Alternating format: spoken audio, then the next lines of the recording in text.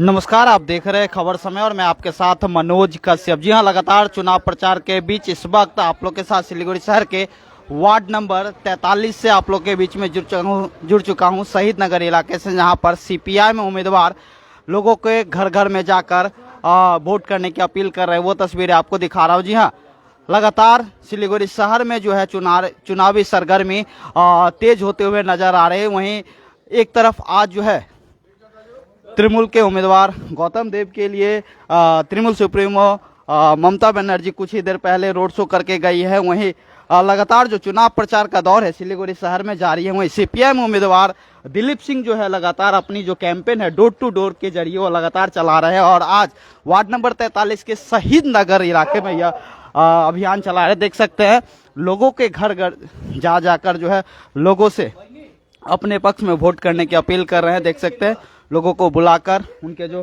Cadre है वह बुलाकर लोगों से जो उनके उम्मीदवार है वो अपील कर रहे हैं कि आगामी जो 23 अप्रैल को जो वोट होने वाले उसमें उस वोट में उनके पक्ष में वोट करें। देख सकते हैं वो तस्वीर आपको दिखा रहा हूँ।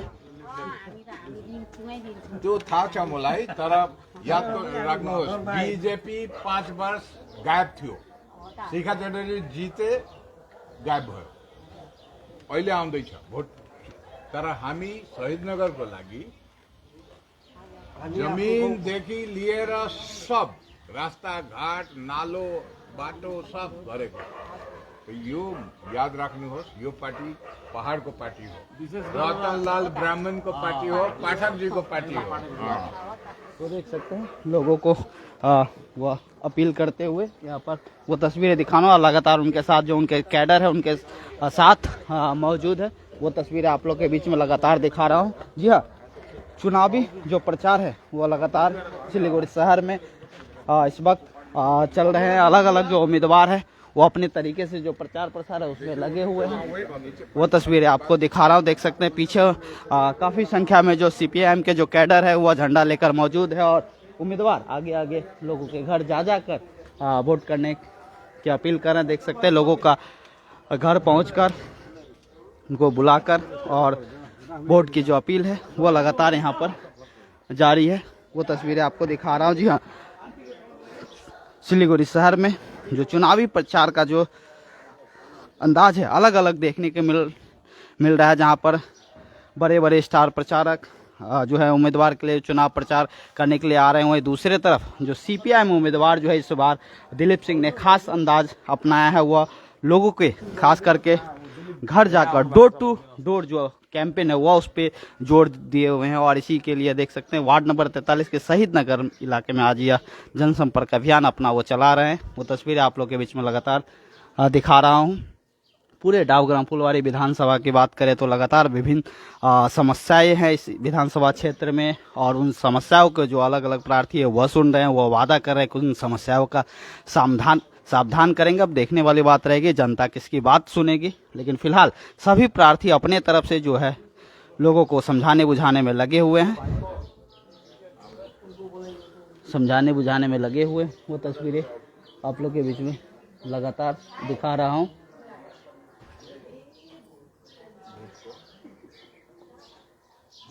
तो वो तस्वीरें देख सकते हैं लोगों को बुलाकर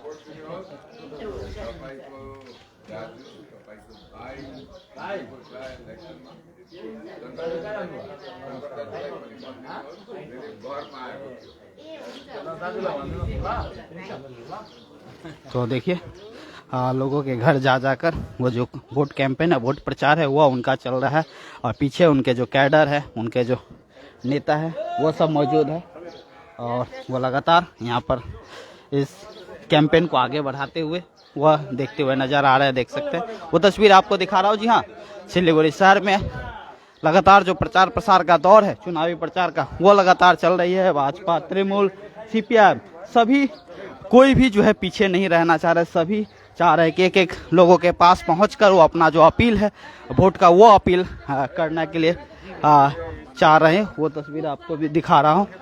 यहाँ पर सीपीआईएम के जो उम्मीदवार हैं उनसे बात करने की भी कोशिश करेंगे। वो तस्वीरें आपको लगातार दिखा रहा हूँ। यहाँ पर सीपीआईएम उम्मीदवार से बात करने की कोशिश करेंगे।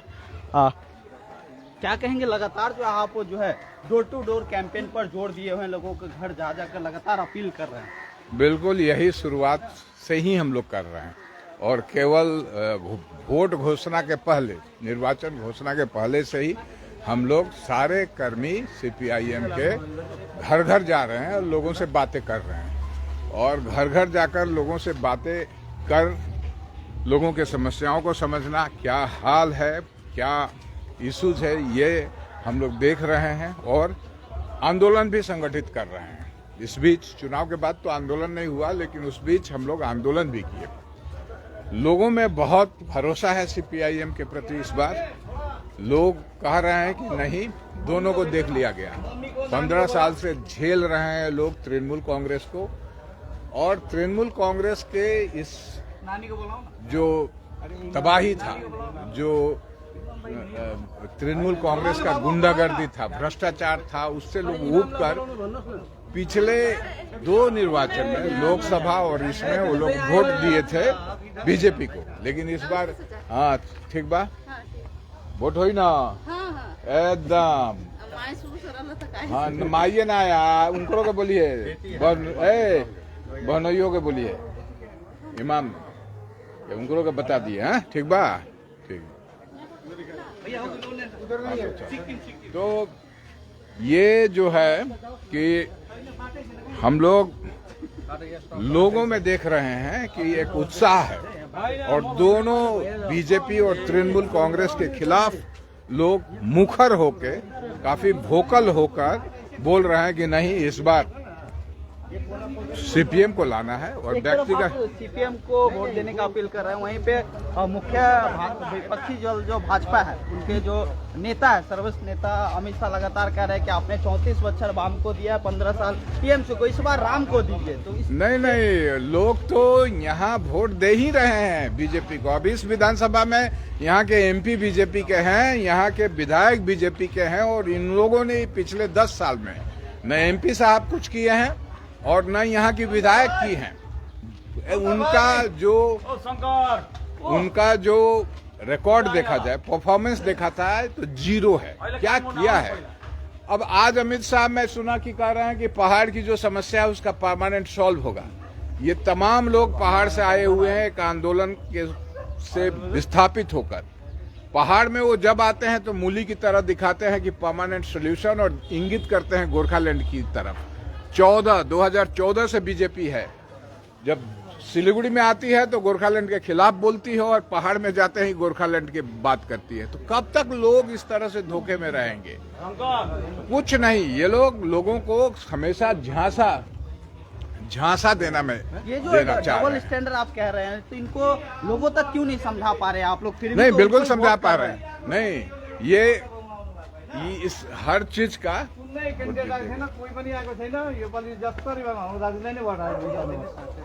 तो ये जो है ना कि एक बार झांसा चलता है, 2 बार चलता है, हमेशा नहीं चलता।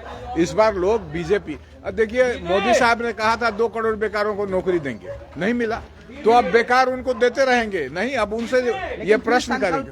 पत्र में जो है नहीं, वादा किया ये गया 1 करोड़ लोगों को रोजगार। वादा देकर वादा खिलाफी करना कब तक लोग बर्दाश्त करेंगे? बोला गया था 15 लाख रुपया मिलेगा, चीज बीज का दाम नहीं बढ़ेगा, महंगाई नहीं बढ़ेगी और महंगाई भी बढ़ रही है और कमाई भी नहीं बढ़ रही है।